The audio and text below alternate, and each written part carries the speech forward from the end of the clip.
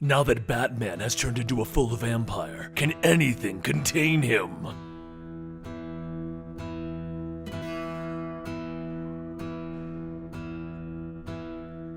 Welcome to the Complete Story series, where I take trade paperbacks and single issues and I break them down into digestible bites to help you understand. Then I read them dramatically back to you. All alterations to the panels, text, and images are to prevent copyright problems, and all art is owned by its respective companies. At the end of our last story, Bruce began to feel the effects of becoming a vampire and not drinking blood as it was slowly weakening him. But just as he managed to stop the Joker's new gang of vampires, the urge finally took over and he sank his teeth into the Joker's neck. Now having the taste of his evil blood, Bruce had Alfred and Gordon put him down, driving a stake through his heart. Though not truly dead, Bruce lays in his tomb, conscious but unable to move, unable to die. All he can do is wait, living a false death that never comes. But since that night, all Alfred can remember is when Gordon struck that stake into his master, and every night waking from the same nightmare. He killed his master, his friend, the only savior this dark city has ever known. But now,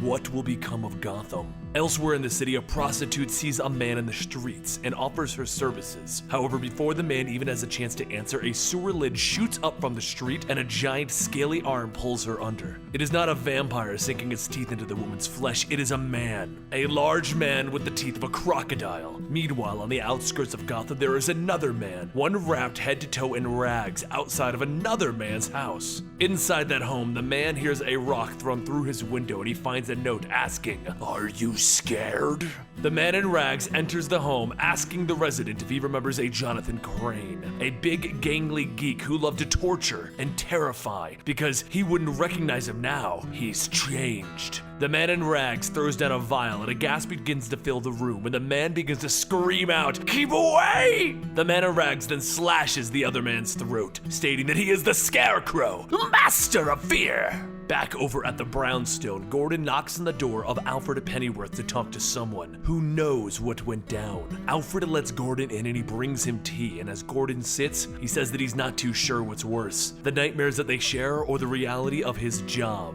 The Bat did things a normal cop couldn't, and now he's gone. All hell thinks that it's been issued some kind of a license and is arriving in swarms to Gotham. The Penguin, Poison Ivy, the district attorney Harvey Dent, who now calls himself Two-Face. But what's more, there are new freaks, one calling himself Scarecrow, and then there's rumors of a humanoid crocodile haunting the sewers. All of these people are killers. Gordon lights a cigarette, stating that sometimes he wonders if they did the right thing, driving that stake into the man. At least the devil they knew was once a dark angel. Soon after, Gordon says that this is hardly his problem, but thanks for listening. Good night, Alfred. And as Gordon leaves, Alfred thinks to himself that surely, even as a vampire, the master can't be evil. He heads down into the tomb, asking for forgiveness for what he's done and what he's about to do. And he grabs a hold of the stake that is piercing the inside of Bruce, and he pulls until it finally releases its grip.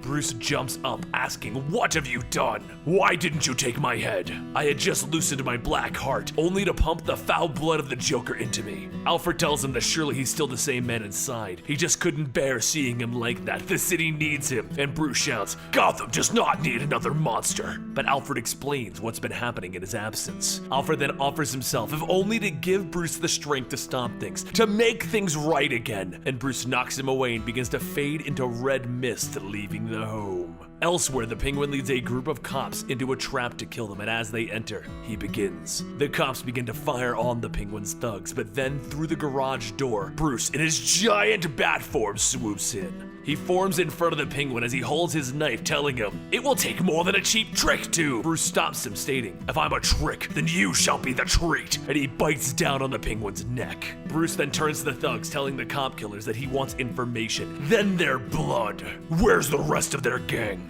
The next night, Gordon and Alfred return to the rooftops, as Gordon says that he never thought that he would use the signal again. And as the light shines, Bruce swoops down, asking if they think they can still summon him like the old times, with a too difficult clue that they need help with. Gordon hands him a piece of paper with a riddle on it, and Bruce tells him to assume the worst. The city is plagued by the Riddler and Ivy and all of the others, but I too am a plague. So if you want help, I want blood. I will destroy and feed on them one by one.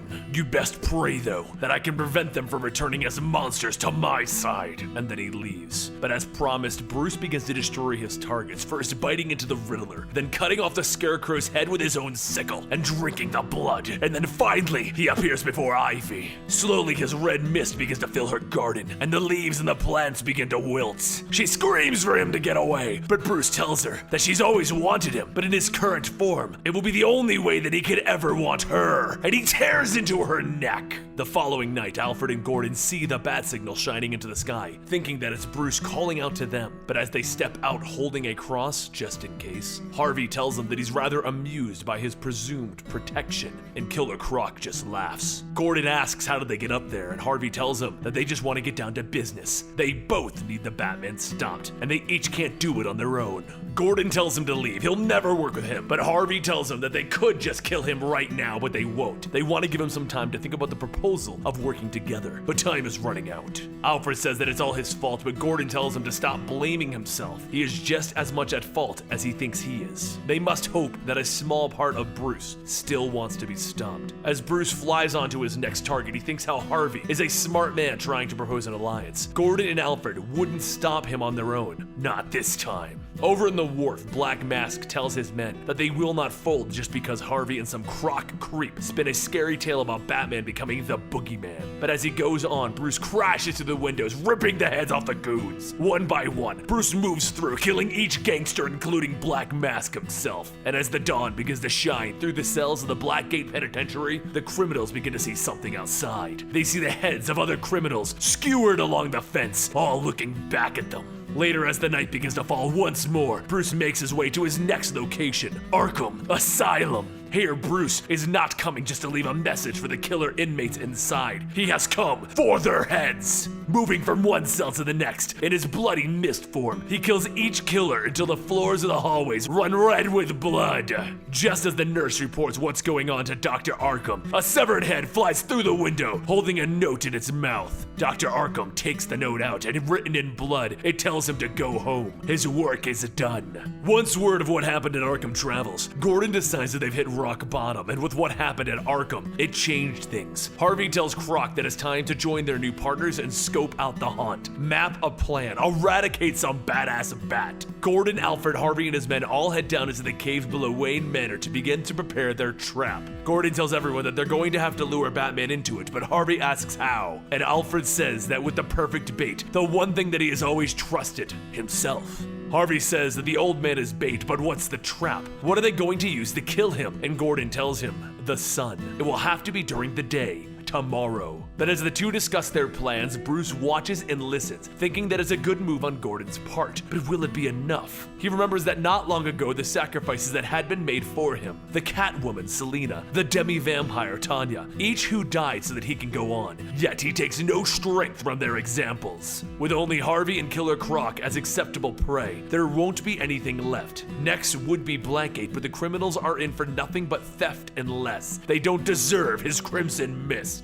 But even still after them, Gotham will be cleansed. And how long will it be before he stops taking heads? How long before he spawns his own family, even larger than the cult of Dracula? As the sun begins to rise on Gordon's cross, everyone begins to get into their positions to spring their trap, and once they have, Alfred calls out to his master, asking if he's there. Bruce shouts, I'm here, but I was hoping for more of you. Your pathetic trap couldn't snare a leech. Oak bolts begin to fly, and Bruce easily dodges them, and he swoops down to his first target, Killer Croc. He bites down, but his hide is too tough, and Croc grabs him by the neck. I will crush you like a ripe! But before he can finish, Bruce smacks him, stating, you're strong, but I'm stronger than you. And he begins to grip his hands around Croc's neck. Bruce brings him to his knees, and Gordon sees it a clear shot, and he fires a bolt. The bolt pierces Bruce in the back, and Gordon tells him, dear Lord, help me. I just shot Batman in the back. Bruce falls down into the pit below, and as Gordon and Alfred say their goodbyes, Harvey stands behind them holding two crossbows. He tells them that with the bats gone, their truce is over, and he fires. One bolt hits Gordon, and another flies past Alfred, and the two begin to run. Croc follows Alfred, but Alfred begins to make his stand, stating, he shall not fear him, and he fires his bolt. As the bolt hits Croc, it bounces off his chest, and he tells him, run, old man, make your juices hotter and sweeter. While Croc chases after Alfred, Gordon makes his way through the cave, silently shooting at each of Harvey's men. And in another part of the cave, Alfred makes his way through and he hears a voice call out to him for help. Alfred looks down on the chasm and a hand reaches up, grabbing him by the throat. Bruce tells him the bolt grazed his heart, but he needs to run while he can. Alfred tells him, no, use my strength, use my blood to stop Harvey and Croc. All I ask is that you prevent me from coming back.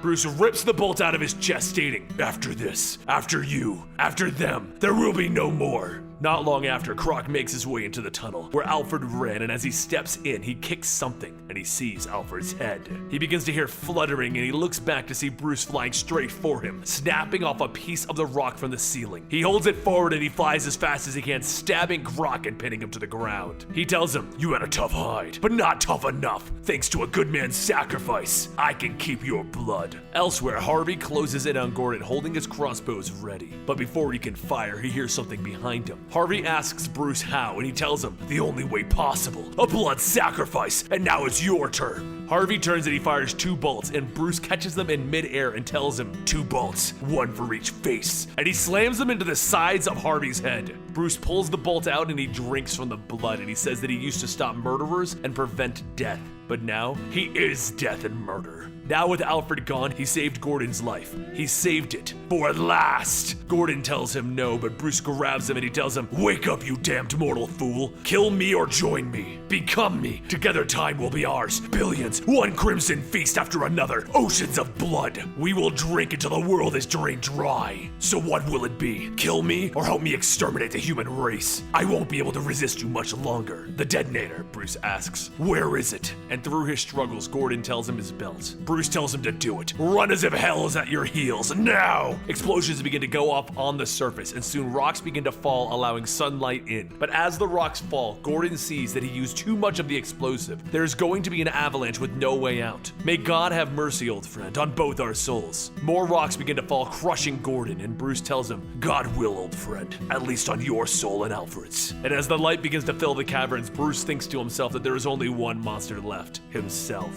So he too will walk where Tanya walked before him, into the searing light that banishes all, surrendering his face and form, seeking true darkness of peace and the unknown fate of nothingness. And that concludes the Vampire Batman trilogy. It got crazy at the end as he killed everyone, but I hope you guys enjoyed. Next week, we'll be starting up a new series. It's either going to be Agent Venom or Deathstroke. Let me know in the comments down below what you guys would prefer, and I'll see you next week right here. Don't forget to follow me on Twitter at Comicstorian and Instagram at Comicstorian, and I'll see you next week.